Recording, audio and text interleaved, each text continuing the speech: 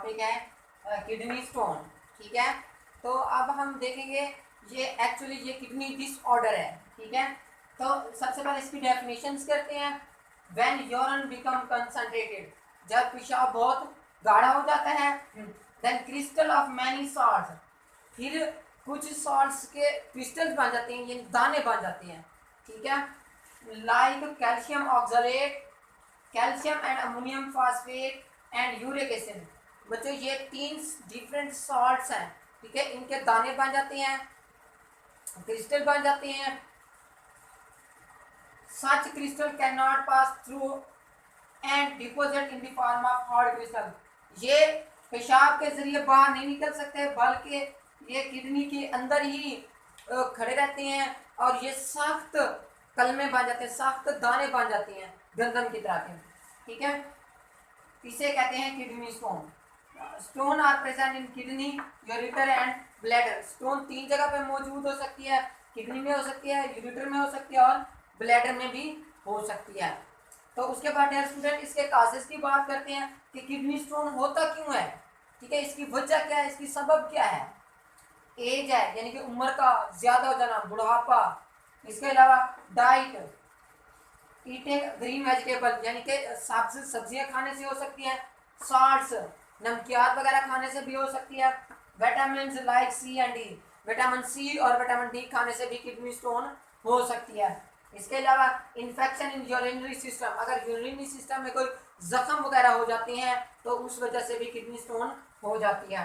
इसके अलावा less intake of water, ठीक है, पानी का कम इस्तेमाल करना। अल्कोहल कंजप्शन या शराब वगैरह का इस्तेमाल भी ये किडनी स्टोन्स के सबब को बढ़ा देता है। उसके बाद सिम्टम्स क्या है कि हमें कैसे पता चलेगा, इसके अलामात क्या है कि इसको किडनी स्टोन है। सवेयर पेन इन किडनी, गुर्दे में बहुत ज़्यादा शदीद किस्म का दर्द होता है। वोमिटिंग होती है, यानी कि उल्टियाँ वगैरह आ जाती हैं, कै लग सकती है। फ्रीक्वेंट यूरिनेशन, बार बार पेशाब आता है, यानी कि आता बार बार है लेकिन उसकी जो मिकदार है, क्वांटिटी है, वो बहुत ही कम आती है। एंड फाउल स्मेलिंग, और उसका जो यूरिन होगा उसके अंदर बदबूदार स्मेल आएगी।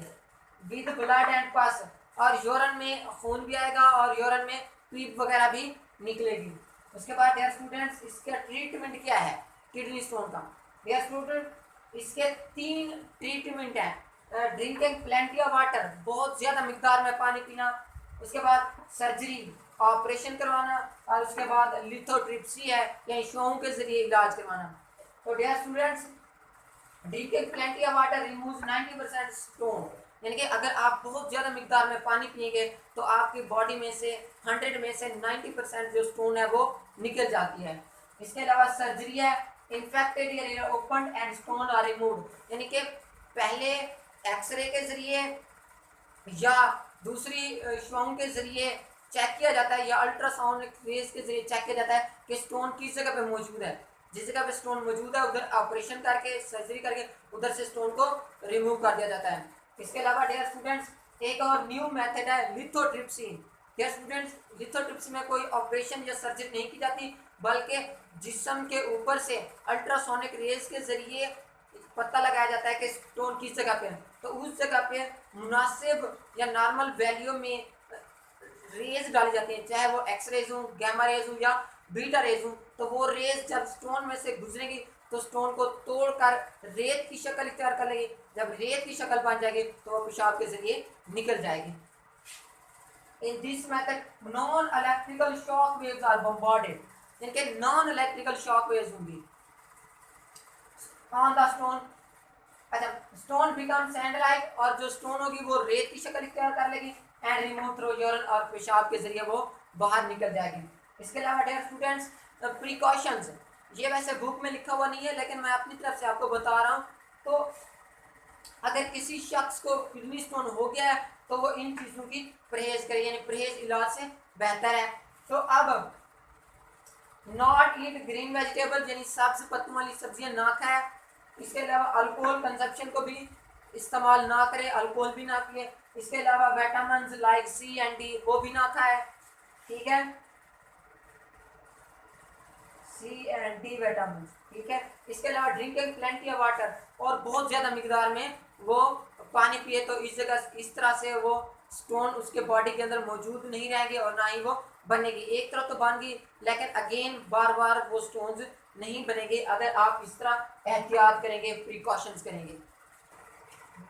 उसके बाद हम स्टडी करते हैं नेक्स्ट। एक दो साइंटिस्ट हैं जो कि बीमारियों के इलाज के लिए बहुत ही मशहूर थे, जो जिन्होंने medicine, procedures, surgical and medical instruments के नाम बताया, सारा के सारा सर्जिकल मेथड बताया और बीमारियों के नाम भी बताया। उनमें से हम स्टडी करते हैं। एक साइंसदान का नाम है अबू नसर अल फाराबी, ठीक है। Prominent scientist who wrote many books that contain information about many disease. इसने बहुत ज़्यादा किताबें लिखी जो बीमारियों के मुतालिक हमें इंफॉर्मेशन देती हैं, हमें मालूमात देती हैं। इसके अलावा अबू अल कासिम अल ज़हरावी, जिसको उर्फ आम में अल्बुकैसिस भी कहा जाता है, इसकी कुछ ना कुछ खिदमात हैं, कुछ ना कुछ इन्वेंशन है, हम उसको पढ़ेंगे, अभी उनके बारे में इंफॉर्मेशन लेते हैं, ठीक है। इस्लाम greatest surgeon who invented many surgical procedures including surgical removal of stone from urinary bladder, यानी कि ये इस्लाम के सबसे बड़े सर्जन थे। उसने बहुत से यानी कि सर्जरी के तरीके बताए, उनमें से यूरिनरी ब्लैडर में से पथरी को निकालने का एक अहम तरीका है। इसके अलावा इंसाइक्लोपीडिया अल तशरीफ, ये इसकी बुक का नाम है, कंटेन 200 सर्जिकल मेडिकल इंस्ट्रूमेंट ही पर्सनली डिजाइन। इसने अपनी बुक अल तशरीफ में तकरीबन 200 सर्जरी के आलात के बारे में उसने बताया, जो उसने खुद बनाए थे, जो उसने खुद उसको डिजाइन किया था। उसके बाद स्टूडेंट्स, रीनल फेलियर, यानी कि किडनी का या गुर्दे का फेल हो जाना, उनका काम ना करना, मीन्स कंप्लीट और partial failure of kidney to perform function, मुकम्मल या जुज़वी तौर पर गुर्दे का काम छोड़ जाना, फंक्शन परफॉर्म ना करना, उसे कहते हैं रीनल फेलियर या किडनी फेलियर। अब उसकी वजूहत क्या है, उसके कासेस क्या हैं?